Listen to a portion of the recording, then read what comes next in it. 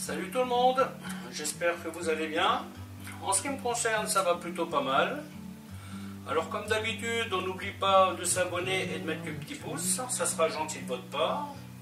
Aujourd'hui, je vais vous montrer une recette qui me vient d'Allemagne, d'un restaurant où j'aime bien manger, qui je crois n'existe plus, mais je ne suis pas vraiment sûr. Donc c'est un coquelet. Bon, bien sûr, vous pouvez faire, si vous avez un poulet rôti qui vous reste de la veille ou quelque chose, hein, vous pouvez faire exactement la même chose. Et moi, je vais l'appeler Wienerwald, parce que Wienerwald, c'est le nom du restaurant où j'allais manger. Donc c'est un coquelet qui va être gratiné avec une préparation d'échalotes, de lardons, de champignons, qui seront bien entendu cuits avec un petit peu de vin blanc, réduction au sec. Ça sera posé. Le coquelet, je vais le couper en deux, hein, donc ça sera mis dans le ramequin, et je mettrai du fromage par-dessus.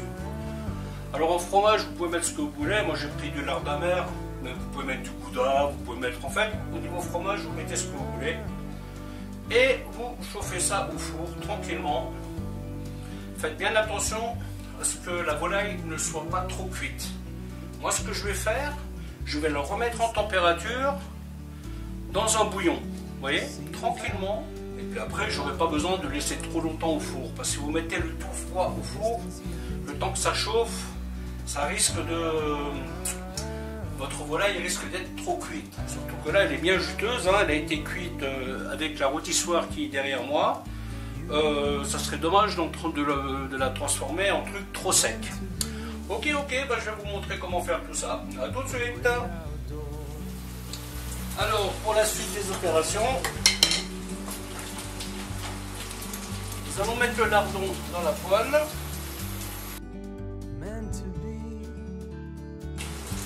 Maintenant, je vais couper les champignons.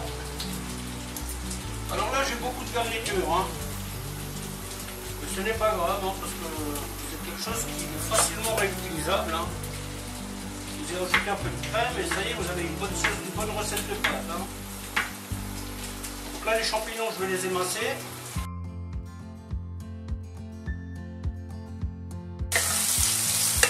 Voilà, quand les lardons ils commencent un peu à revenir comme ça, qu'ils ont lâché un peu de graisse. Donc là c'est du lard fumé, hein, que j'ai pris chez le boucher.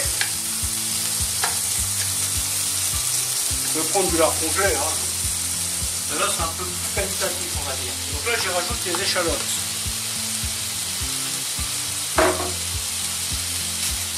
Parce que les échalotes, on va bien les cuire, hein. Là, j'ai un peu de céleri en branche que je vais rajouter. Je vais le mettre en même temps que les champignons. Donc là, l'objectif, c'est de bien cuire les échalotes. Hein. Je vais même booster le feu un peu.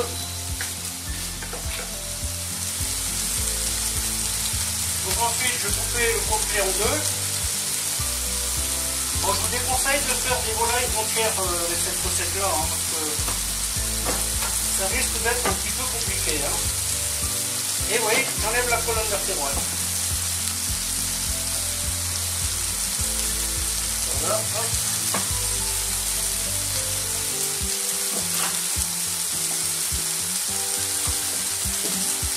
Voilà.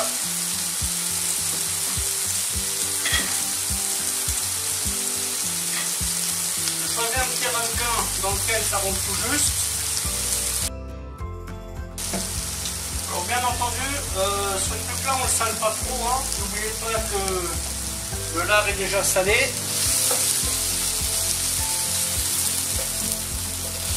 Et là j'ai envie de bien colorer les échalotes. Hein. Donc la volaille,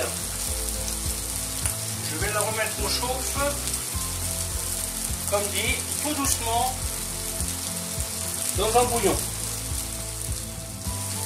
Voilà, ça lui permettra de chauffer sans dessécher. Là, je parle de quelques minutes, hein, je ne parle pas de 2 heures au bouillon. Donc voilà,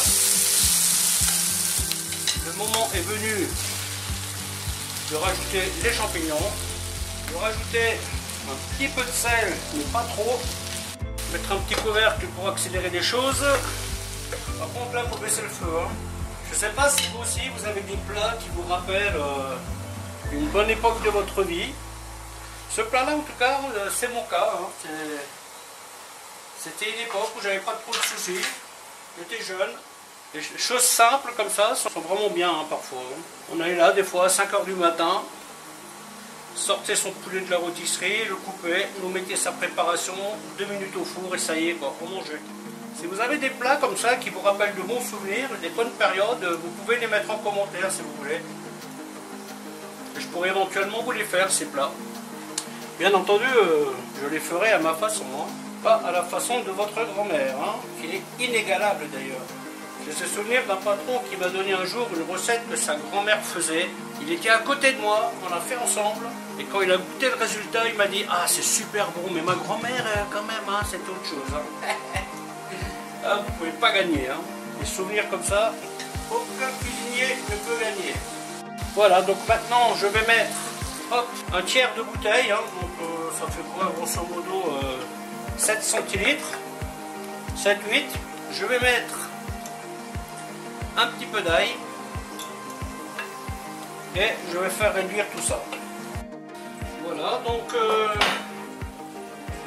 une fois que votre volaille a réchauffé, vous la prenez, vous l'égouttez un petit peu, vous la mettez dans votre ramequin. Alors, je ne me rappelle pas si je vous l'ai déjà dit, mais évitez de faire des volailles entières avec ce système. Hein, parce que ça risque d'être compliqué à couper par la suite. Ensuite, on met la garniture. Voilà. Donc ce que vous voyez là, c'est pour 2 personnes. Hein. Voilà. Hop. Et ensuite, pour terminer, on y met généreusement du fromage. Tout est chaud, une dizaine de minutes au four, et c'est bon à manger.